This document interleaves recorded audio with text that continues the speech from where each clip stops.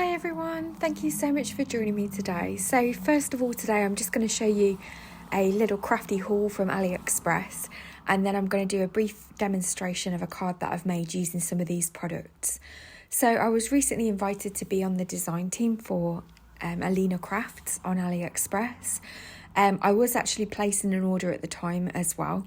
So some of these products I have purchased myself, and some of the products were sent to me as part of a design team package. So I'll break that down as I show you each of the products.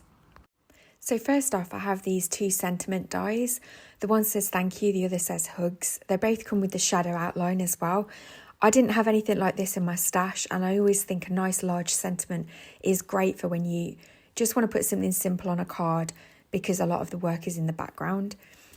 Next up, I had this tea ruler. Now I did choose this as part of my design team package. I've been wanting one for a while, and they're great for just lining up your sentiments, making sure things are straight on your cards, particularly if you're using alphabet dies. So I'm quite excited to be having this and being able to use it in my projects. Next is foam tape. Now I did purchase these myself. I've purchased foam tape from Alina's shop many times before. I just find it's really good. It's sticky, it's easy to take the backing paper off. You get 5 meters on a roll, and I like how thin this is, so it's perfect for shaker cards as well. So next is this background stamp. I did purchase this myself as well. I really liked it. I thought it was perfect for spring. It's got like dandelions, poppies, some leaves, snowdrops. It's just really pretty, and this is going to be great for making backgrounds on cards. It measures approximately 5 7/8 squared inches, so it's really perfect for filling a card panel with the design. And this is great for quick and easy cards, nice backgrounds or background interest, and it stamps beautifully as well. So next up, I chose this stamp and die set.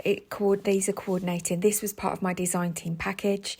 These are just lovely. I really like the fact that you've got some good foliage stamps, and I love the fact that they've got coordinating dies.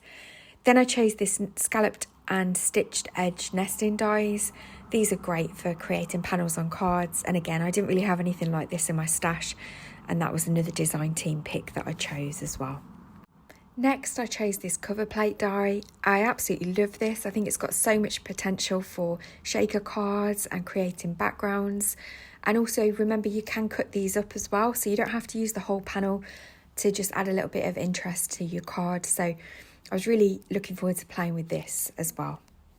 So next I'm going to show you a card that I've made using some of these products. So first of all, I've got a card panel that I've cut down to 6 by 6 inches, and I'm just inking up that background stamp with some Wow embossing ink.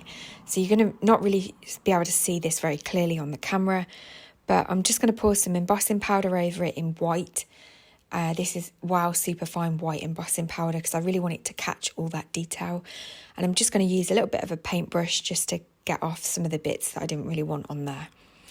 So once I've heated this up, you're going to have this tone on tone effect, which I do really like because it gives a shine and some interest to the card without being overpowering. But we are going to ink a little bit of this up as well, so you can just see that there catching the light.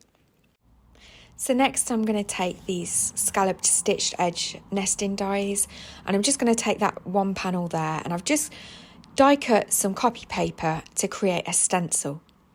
And all I'm going to do is I'm going to lightly tack that in place, and I'm using some mint tape from scrapbook.com, and I'm just going to use 3 distress oxides. I'm using twisted citron, saltwater taffy and squeezed lemonade. And I'm just going to add each of those colours randomly across that little panel that we're using that mask for, or stencil for there rather. So I'm just going to ink that up. It's not going to be perfect. As you'll see, we're going to be covering this. So I removed the stencil that I die cut away from that, and I've also gone and cut this frame using the same dies and holographic cardstock. And all I'm going to do now is add some double-sided tape. We're going to turn this into a shaker window. So I'm just going to add some double-sided tape so that I can then attach the acetate to the back of this panel. This double-sided tape is from CraftStash. It's really easy to peel off the backing paper for, and I do like it. I think it's really good value for money. So I don't use it very often, but when I do really like using that particular one. So I've just peeled off the backing paper and I'm just going to use this acetate now just to create the window. You could use any type of acetate here, it doesn't matter. I'm using some Dough Crafts acetate, I think it is, but you could easily be using recycled packaging or whatever you've got to hand. And now I'm going to use the 5mm foam tape to just raise that up. And again, because this foam tape's so thin, it fits really well on these small borders, so that it is great for shaker cards. I'm just going to use my anti-static bag here because I always find that if you put shaker elements in, they tend to stick to the foam tape. The static just seems to attract it to the edge and then you kind of lose some of that shaker element. But I do find just using the anti-static bag or even just some talcum powder or corn flour, it just takes away that static. Now I've got some sequins from Alina's shop. These yellow ones were sent to me as a sample a while ago with a past order, so I'm not exactly sure what their actual name is on the shop, but I will try and pop as many links in the description box below. And then I've just got these clear sequins as well to add on there. So I'm just going to remove the backing tape from the foam tape and I'm just going to add a little bit of liquid glue just to make sure that this sticks really well, because with the embossing powder being plastic, you really want to make sure that the foam tape's going to hold. And there we go, there's our shaker panel, but I wasn't happy with it because it's not level. So to salvage it, I've cut the panel out of the card. So as you can see, it's still the shaker panel. I reheat embossed another 6x6 panel and I'm just going to glue the shaker element onto this. So that is an alternate way that you could make this. You could do it completely separately, but I decided to just salvage this project. So I'm sure this happens to us all. I've used the shadow part of the hugs die and I've cut that out of some vellum. And then I've cut the sentiment hugs out of the same holographic cardstock that I've used for the frame of the shaker panel. And these are really easy to line up. Now, because I can just glue that down, I'm going to use some multimedia matte glue on the back of that, which is a really good strong glue, and it'll hold that in place. Because obviously the embossing powder's plastic, you really want a good glue that's going to stick to that. And then because the vellum's is going to show the adhesive, I'm just adding a small bit of glue where I've got the wider part of the letters hugs, and that will just hold that in place. You don't need to have covered the whole back of it with glue. A small amount of glue will hold that, so I'm able to discreetly add that on and stick that down without it showing through the vellum. So we're almost finished with this card. What I'm going to do next is I'm just going to add a few water droplet beads, which I've got. These I've also managed to buy from AliExpress, from Alina Crafts shop. I bought these a while ago, so I've had them in my stash for quite a while and I do use them quite a lot. They just add a lovely finishing touch to a card, and so I'm just going to add a few of those on, and I'm going to speed this process up because it takes me quite a while to just decide where I want to add all these little gems.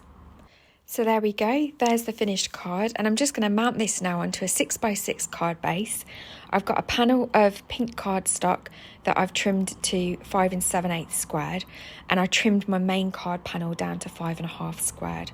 So I'm just going to glue that all down. I'm just using the multi-medium matte glue from Ranger again, and I'm just going to attach that all down now.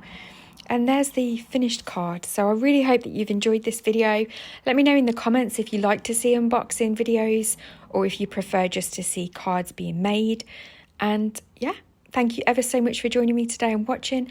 Please don't forget to like and subscribe if you'd like to see more of these videos. And please do leave me a comment in the box below. Thank you ever so much. Take care.